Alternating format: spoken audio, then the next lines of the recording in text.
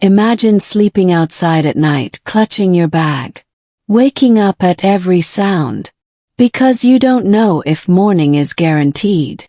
At 2 a.m., a university student slept on a concrete bench, not because he was lazy, but because one wrong decision left him homeless for the night.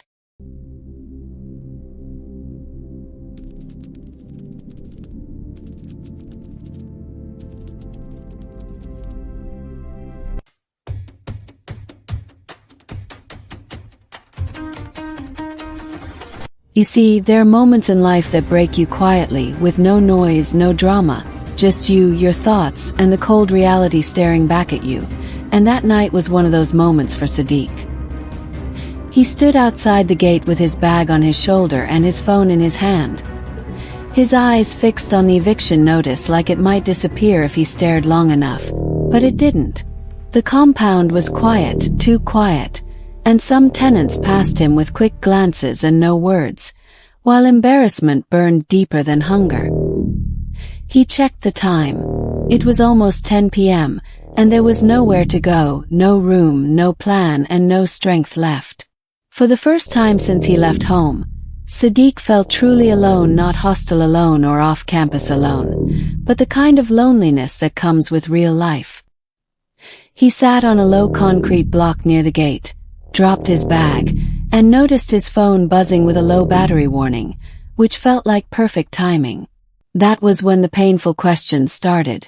Was this the freedom he prayed for? How did it reach this point? And when did everything go wrong? His mind replayed everything: the strange silence, the warning looks, and the sentence everyone kept saying, "You'll understand later." And now he did. He thought about the first red flags, the cheap rent, the sudden rules, and the way Mr. Adeyemi spoke, all of which he ignored because he wanted freedom badly, too badly. Sadiq sighed, realizing that school done hard and life had now added its own exam. With shaking hands he dialed home. The phone rang twice, and his mother picked up, her simple hello, breaking him instantly. When he said, "Mummy," silence followed because she already knew something was wrong, and when she asked what happened, he couldn't lie anymore. He told her everything about the lodge, the landlord, and the eviction notice, his voice cracking halfway through, and after a brief silence, she spoke slowly and carefully, telling him that adulthood is not freedom alone but responsibility, with no shouting or insults, just truth. His father later joined the call with a firm but calm tone and told him that he rushed because he wanted comfort, and now he had learned words that hurt but were fair. That night, Sadiq slept on a bench near a friend's place, cold and uncomfortable but safe, and when morning came quietly, he woke with swollen eyes and heavy thoughts, knowing this couldn't continue and that he had to act. That afternoon, something unexpected happened when Aisha, the tenant he had spoken to weeks earlier, found him sitting outside the compound, paused, looked at his bag and the gate, and softly said, "So it finally happened," to which Sadiq nodded in shame. She then told him he could stay at her cousin's place for now. Just like that, with no long talk or judgment, and that small kindness changed everything. With her help, Sadiq found a temporary place that wasn't perfect or fancy but was peaceful and respectful.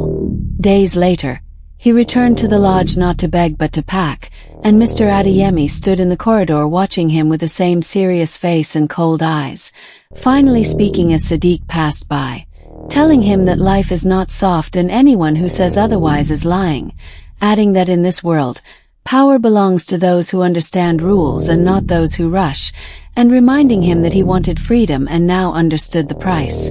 That was the lesson, not shouted or written, but delivered through experience. And Sadiq didn't respond because he didn't need to. He had learned enough. Weeks passed, and Sadiq found better accommodation, asked questions, read agreements carefully, and listened more than he spoke. Academically, he adjusted by waking earlier and managing stress better. And mentally something changed as he became more alert, more careful, less trusting and stronger. Freedom no longer meant the absence of rules but understanding consequences.